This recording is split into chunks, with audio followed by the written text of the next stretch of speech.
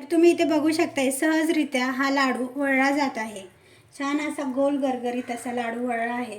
तर पाहू शकताय तुम्ही इथे डिंकाचे लाडू करत असताना बऱ्याच जणांना अडचण येते, तर मिश्रण कधी कोरडं होतं, शेवटपर्यंत वळले जात नाही किंवा बराचसा त्रास होतो।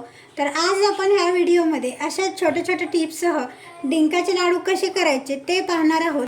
कोणत्या वस्तूचं किती प्रमाण, किती वेळ भाजायचा हे देखील आपण या व्हिडिओमध्ये पाहिलेलं आहे। तुपाचं प्रमाण किती असावं, गुळाचं प्रमाण किती असावं, गुळाचा पाक करताना अगदी सोपी पद्धत इथे पाहिलेली आहे। मिश्रण हे कोरडं पडणार नाही आणि शेवटचा लाडू वळेपर्यंत ओलसर राहील, या पद्धतीने आपण ह्या व्हिडिओमध्ये डिंकाचे लाडू कसे करायचे ते पाहणार आहोत।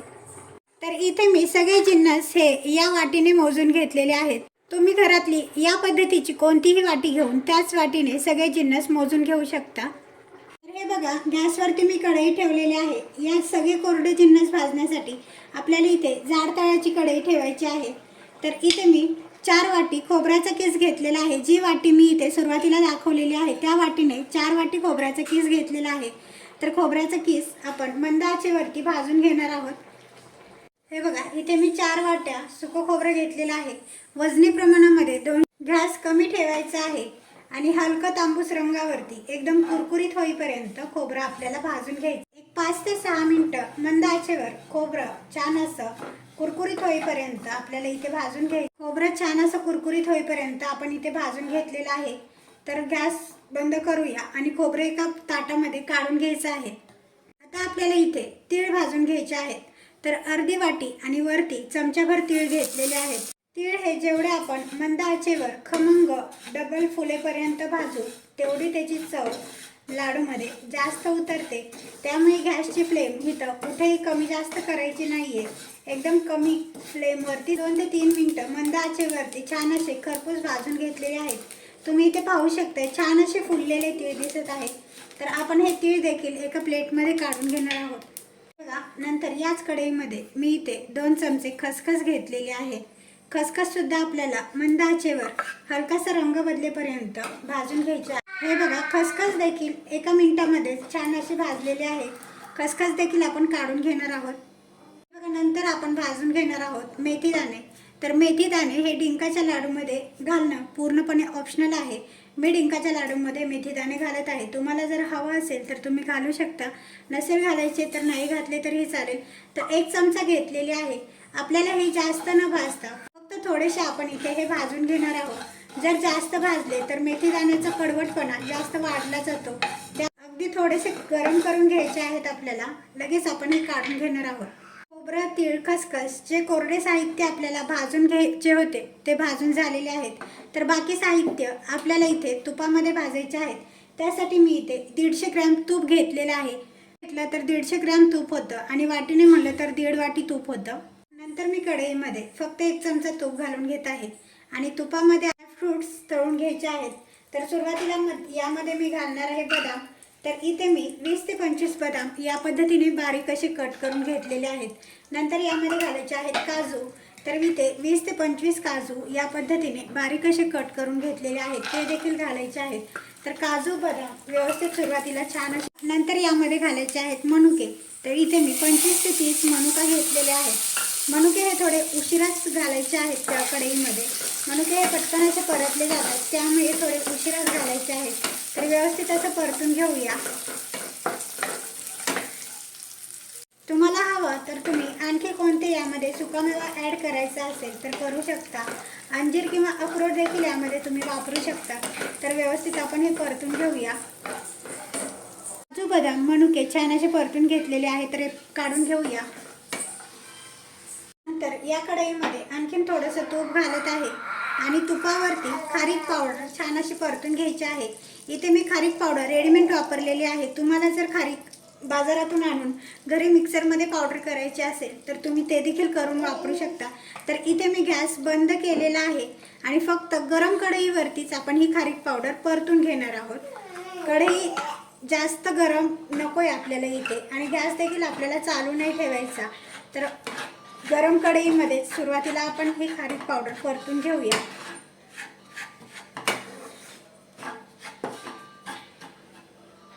इथे खारीक पावडर भाजतच मी खारकेमध्ये ज्या काही गुठळ्या असतात ते इथे या पद्धतीने फोडून घेतलेले आहेत आणि आपण इथे गॅस चालू करायचा आहे. आता गॅस चालू करून 1-2 मिनटं आपण खारीक पावडर छान अशी भाजून घ्यायची आहे. गॅसची फ्लेम कमीच ठेवायची आहे आपल्याला इथे.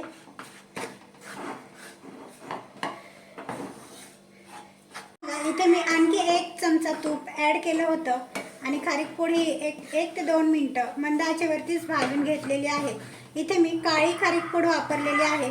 पांढरी देखील खारीक पूड मिळते. तुमच्या आवडीने तुम्हाला कोणती वापरायची आहे ती तुम्ही वापरू शकता. तर आपण ही एका मोठ्या परातीमध्ये काढून, हे बघा, एका परातीमध्ये ही खारीक पूड मी इथे काढून घेत आहे. मोठ्या परातीमध्ये काढून घ्यायची आहे. हे बघा, कढईमध्ये 2 चमचे तूप घेतलेलं आहे. तर या तुपामध्ये आपल्याला गव्हाचं पीठ भाजून घ्यायचं आहे. गव्हाचं पीठ इथे मी 100 ग्रॅम घेतलेलं आहे.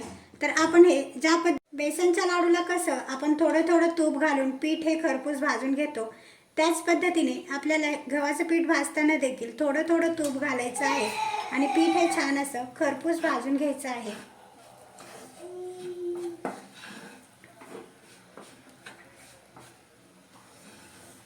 हे बघा, एवढं पीठ भाजण्यासाठी मला 3 टेबलस्पून तूप लागलेलं आहे. तर मंद आचेवरती एकसारखं भाजत असल्यामुळे कलर देखील एकसारखा असा आलेला आहे. कुठेही याला डार्क असा कलर आलेला नाही आहे, तुम्ही पाहू शकताय.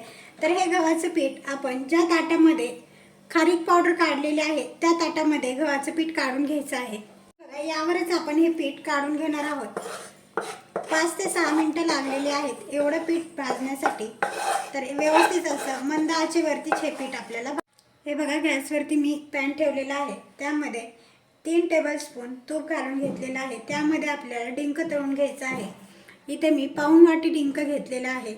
डिंक लाडू करत आहोत त्यामुळे डिंक मी थोडासा जास्त घेतलेला आहे. तर थोडा थोडा डिंक यामध्ये घालून डिंक छान असा तळून घ्यायचा आहे आपल्याला. ज्या पद्धतीने नायलॉन साबुदाणा हा फुलला जातो त्या पद्धतीने डिंक देखील छान असा फुलतो. तर सुरुवातीला तूप हे जास्त कडक करून घ्यायचं आहे. नंतर गॅसची फ्लेम थोडीशी कमी करून व्यवस्थित असं डिंक तळून घ्यायचं आहे. डिंक तळताना एकदम डिंक न घालता थोडा थोडा डिंक घालायचा, म्हणजे डिंक छान असा फुलला जातो. तर तुम्ही इथे व्हिडिओमध्ये पाहू शकता डिंक छान असा फुलत आहे. तर सुरुवातीला तूप हे कडकडीत असं गरम करून घ्यायचं आहे, त्यामुळे डिंक आतपर्यंत छान असा तळला जातो.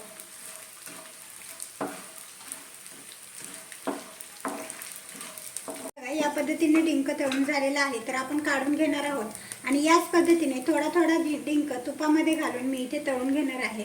तर गुळाचा पाक करण्याआधी आपण हे सर्व साहित्य एकजीव करून घेणार आहोत. तर सगळे साहित्य हे थंड झालेलं आहे. तर सुरुवातीला आपण तीळ, मेथीदाणे आणि खसखस ही मिक्सरमधून फिरवून घेणार आहोत. त्यासाठी मी मिक्सरच्या भांड्यामध्ये हे तिन्ही जिन्नस एकत्र, तर गुळाचा पाक करण्याआधी आपण हे सर्व साहित्य एकजीव करून घेणार आहोत. तर सगळे साहित्य हे थंड झालेलं आहे. तर सुरुवातीला आपण तीळ, मेथीदाणे आणि खसखस ही मिक्सरमधून फिरवून घेणार आहोत.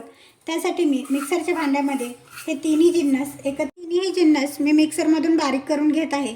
खूप अगदी बारीक करायची गरज नाही आहे. इथं आपल्याला थोडंसं रवा ठेवलं तरीही चालेल. बघा, या पद्धतीने ही तिन्ही जिन्नस बारीक करून घेतलेले आहे. तर ज्या परातीमध्ये किंवा ज्या ताटामध्ये आपण खारीक पावडर आणि गव्हाचं पीठ टाकलेलं आहे त्याच ताटामध्ये हे काढून घ्यायचं आहे. तर आपला डिंक देखील तळून झालेला आहे. तर छान असा डिंक हाताने देखील बारीक होतो, पण मी मिक्सरमध्ये बारीक करणार आहे. मिक्सरमध्ये बारीक केल्यानंतर डिंकाला छान असा चिकटपणा येतो. त्यामुळे हातावरती न बारीक करता मिक्सरमध्येच आपण हे बारीक करून घेणार आहोत. त्यासाठी मी मिक्सरच्या भांड्यामध्ये डिंक घालून फिरवून घेऊया. बघा, या पद्धतीने डिंक बारीक केलेला आहे तो देखील या परातीमध्येच आपण घालून घेणार आहोत. तुम्ही इथे डिंक हाताने देखील चुरून घालू शकता, पण मिक्सरमधून जो चिकटपणा डिंकाला येतो त्यामुळे लाडू देखील आपले व्यवस्थित होतात. त्यामुळे मी इथे मिक्सरमधूनच डिंक फिरवून घेतलेला आहे. आपण इथे काजू, बदाम आणि मनुके घेतलेले आहेत, ते देखील असेच यामध्ये घालून घ्यायचे आहेत. त्याचसोबत हे खोबरं आपण सुरुवातीला भाजून घेतलेलं होतं ते देखील छान थंड झालेलं आहे, कुरकुरीत झालेलं आहे. तर हे खोबरं इथे मी हातानेच बारीक करून घेत आहे. तुम्हाला हवं तर तुम्ही मिक्सरमधून देखील बारीक करून घेऊ शकता, पण मिक्सरमधून भरपूर असा भुगा होतो. आणि ज्यावेळेस लाडूमध्ये या पद्धतीचं खोबरं असं आपण हाताने चुरून घालतो त्यावेळेस त्यामध्ये जो क्रंच राहतो तो खाताना मस्त लागतो. त्यामुळे या पद्धतीनेच हातानेच चुरून घेत आहे. या पद्धतीने खोबरं हाताने चुरून घेतलेलं आहे. तर हे खोबरं देखील आपल्याला या ताटामध्येच मिक्स करून घ्यायचं आहे आणि हे सगळे जिन्नस एकसारखे एकजीव करून घ्यायचे आहेत इथे. तर या पद्धतीने व्यवस्थित असं हाताने हे बघा, या पद्धतीने हे मिश्रण आपण मिक्स करून घ्यायचं आहे. त्यामुळे सगळे जिन्नस एकजीव होतात, एकसारखे असे मिक्स होतात. तर आपण इथे सगळं साहित्य एकजीव करून घेतलेलं आहे. तर आता आपल्याला इथे गुळाचा पाक करायचा आहे. तर इथे मी 2 वाटी गूळ म्हणजे 200 ग्रॅम गूळ घेतलेला आहे, बारीक असं चिरून घेतलेला आहे. बघा, सुरुवातीला आपण कढईमध्ये डिंक तळलेला होता, तर डिंक तळलेलं थोडंसं तूप शिल्लक राहिलेलं आहे. तर त्यामध्ये आपण हा सगळा गूळ घालून घेणार आहोत. गूळ घालून घ्यायचा आहे आणि चमचाभर पाणी घालायचं आहे आणि कंटिन्यू गूळ वितळेपर्यंत हलवत राहायचं आहे या पद्धतीने.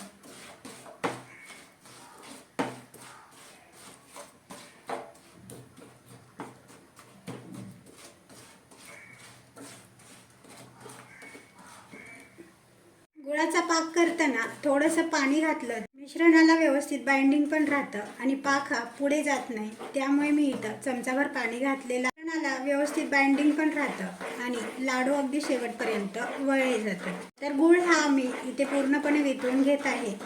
तुम्ही इथे बघू शकताय, पाकावरती थोडासा फेस दिसू लागलेला आहे आणि रंगसुद्धा बराचसा डार्क झालेला आहे. तर इथे आपला गूळ पूर्णपणे वितळलेला आहे. तर आपण गॅस बंद करून घेणार आहोत. तर हे बघा, आपला पाक इथे तयार आहे. तर आपण हा पाक गरम गरमच या मिश्रणावरती घालून घेणार आहोत. पाक हा गरम गरमच मिश्रणामध्ये घालायचा आहे. सुरुवातीला मिश्रण हे जास्त गरम आहे, त्यामुळे मी इथे चमचानेच मिक्स करून घेत आहे. थोडंसं कोमट झाल्यानंतर, हाताला सहन होईल इतपत कोमट झाल्यानंतर आपण हाताने मिक्स करून घेऊया.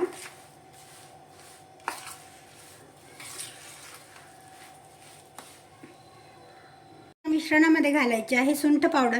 तर इथे मी 2 चमचे सुंठ पावडर घेतलेली आहे, ती यामध्ये घालून घेऊया आणि व्यवस्थित असं मिक्स करायचं आहे. हे बघा, मिश्रण हे थोडंसं थंड झालेलं आहे, हाताला सोसवेल इतपत कोमट झालेलं आहे. तर आता आपण हातानेच हे मिक्स करून घेऊया व्यवस्थित. हाताने मिक्स केलं म्हणजे सगळे जिन्नस हे गुळाच्या पाकामध्ये एकसारखे असे एकजीव होतात.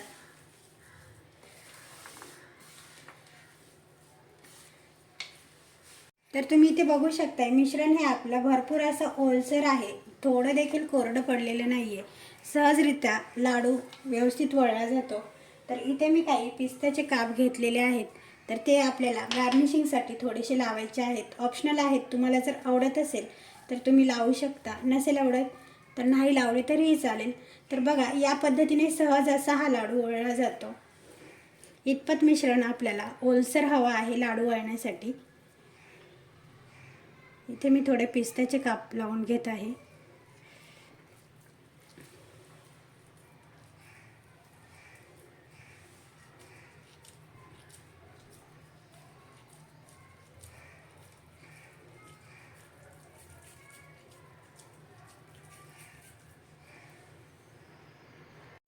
हे बघा, या पद्धतीने डिंकाचा लाडू आहे. तर डिंकाचे लाडू हे जास्त मोठे न करता छोटे छोटेच लाडू आपल्याला इथे करून घ्यायचे आहेत. तर तुम्ही इथे पाहू शकताय, इथे आपला लाडू तयार झालेला आहे. छान असा गोल गरगरीत असा हा लाडू वळला जातो. आणखी एक लाडू मी तुम्हाला इथे बनवून दाखवत आहे. थोडंसं मिश्रण हातावरती घ्यायचं आहे, व्यवस्थित मिक्स करून घेऊया. या पद्धतीने छोटे छोटे असे लाडू वळून घ्यायचे आहेत आपल्याला इथे. जास्त मोठा लाडू न करता छोटे छोटेच लाडू आपण इथे करून घेणार आहोत. पिस्त्याचे काही काप मी इथे लावून घेत आहे.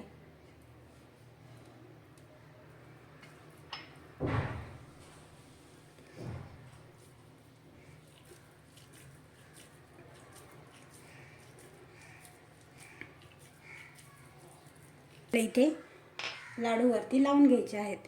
गार्निशिंगसाठी मी इथे लावत आहे. तुम्हाला जर लावायचे असतील तर तुम्ही लावू शकता, नसेल लावायचं तर नाही लावले तरीही चालेल. तर या पद्धतीने हे बघा, तयार झालेले आहेत हिवाळा स्पेशल डिंकाचे लाडू. सर्व साहित्य, सर्व जिन्नस भाजण्यापासून ते गुळाचा पाक तयार करण्यापर्यंत, गुळाचा पाक तयार करण्याची पद्धत ते देखील मी सोप्या पद्धतीने इथे सांगितलेली आहे. तर तुम्ही पाहू शकताय शेवटचा लाडू देखील सहजरित्या वळला जातो. या पद्धतीने आपण इथे मिश्रण तयार केलेलं होतं, गुळाचा पाक तयार केले. ही डिंक लाडू वळताना मिश्रण गरम असेल तोपर्यंतच लाडू आपल्याला हे वळून घ्यायचं आहे. जर मिश्रण थंड झालं तर मिश्रण कोरडं पडतं, त्यामुळे लाडू पटकन वळले जाणार नाही जर मिश्रण कोरडं झालं तर. मिश्रण गरम असतानाच लाडू वळायला घ्यायचे, फार अगदी कडक असताना असे नाही. हाताला सोसवेल इतपत मिश्रण थंड किंवा कोमट झालं की लाडू वळायला सुरुवात करायची आहे. आणि जर तुम्ही जास्त प्रमाणामध्ये एकट्याने लाडू करायचे असेल तर सगळं साहित्य सुरुवातीला भाजून घ्या. म्हणजे आता ज्या प्रमाणामध्ये लाडू केलेले आहेत त्या प्रमाणामध्ये तुम्ही एकट्याने लाडू करू शकता. पण जर यापेक्षा जास्त प्रमाण घ्यायचे, सगळं साहित्य भाजून त्याला एकजीव करून घ्या. त्याला एकजीव करून 2 भाग करा आणि त्यानंतर गुळाचा पाक करताना सुद्धा गुळाचा पाक देखील म्हणजे सुरुवातीला गुळाचा पाक करताना अर्धा अर्धा करा. म्हणजे अर्धा पाक करा, अर्ध्या मिश्रणामध्ये मिसळा, मग लाडू करा आणि नंतर राहिलेला अर्धा भाग नंतरच्या मिश्रणामध्ये मिसळून, म्हणजे तुम्हाला जास्त प्रमाणामध्ये एकट्याने लाडू करायचे असतील तरी सुद्धा लाडू हे शेवटच्या लाडूपर्यंत व्यवस्थित असे वळले जातात. भाजणी प्रमाणामध्ये बघायला गेलं तर हे लाडू 1 किलोच्या प्रमाणात लाडू तयार होतात आपण घेतलेल्या प्रमाणामध्ये. आणि असे बघायला गेलं तर हे लाडू 26 ते 27 लाडू तयार होतात. मी यामध्ये 1 चमचा मेथी घातलेली आहे, ऑप्शनल आहे. तुम्हाला जर मेथीचा फ्लेवर यामध्ये आवडत असेल तर तुम्ही घालू शकता, नसेल आवडत तर नाही घातली तरीही चालेल. चला तर मग तुम्हीही ट्राय. व्हिडिओ आवडल्यास लाईक करा, फ्रेंड्स नातेवाईकांमध्ये शेअर करा. अशा साध्या सोप्या झटपट तयार होणाऱ्या रेसिपीज पाहण्यासाठी बेल आयकॉनवरती क्लिक करा. चला तर मग भेटूया एका नवीन रेसिपीसोबत पुढच्या व्हिडिओमध्ये. तोपर्यंत बाय.